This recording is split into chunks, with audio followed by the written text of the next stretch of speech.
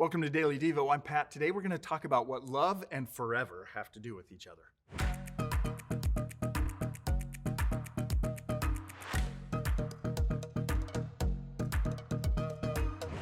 We throw around the word forever a lot, so much so that I think we almost diminish the true meaning of the word. As we sit in traffic, we'll mumble, "Oh, I've been here forever." Seriously? Forever? You know how long forever really is? You know how silly it is to compare 20 minutes to eternity? I remember reading of an illustration by a pastor who was trying to get us to fathom forever or eternity. He said this.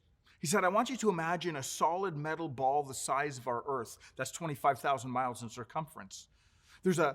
That's a massive chunk of metal, by the way. And now imagine that every 10,000 years, a little bird will land on that Earth-sized mass of metal, and in order to sharpen its tiny little beak, it'll scrape each side of its beak several times against the mass and then fly away, not to return for another 10,000 years.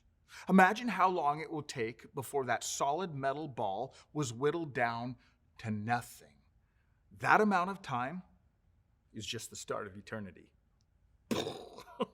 Hard to wrap our minds around that, but let's try so that we don't diminish the depth of the word forever, especially as we read this verse in Psalm 106, verse 1. It says, "Praise the Lord, give thanks to the Lord, for he is good, his love endures forever."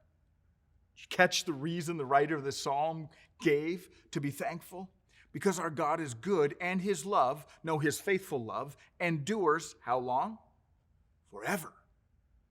In this season of Thanksgiving, would you allow God's Spirit to press this incredible truth deep within your soul, that your Creator faithfully loves you forever? His love isn't sometimes or periodically or when he's in a good mood. His love is not today and maybe tomorrow, and we'll have to wait and see after that. No, his love is always and forever. Several weeks ago, one of our little grandchildren was over. He's about 18 months old, and I had him up on the kitchen counter, and he was helping me make some food. It's one of his favorite things to do. And I found myself just watching him, just staring. My heart almost burst as I absolutely adored him in all of his cuteness.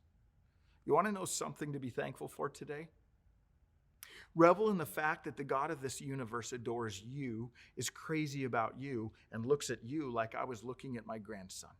And that will never, ever, ever change because his love endures forever.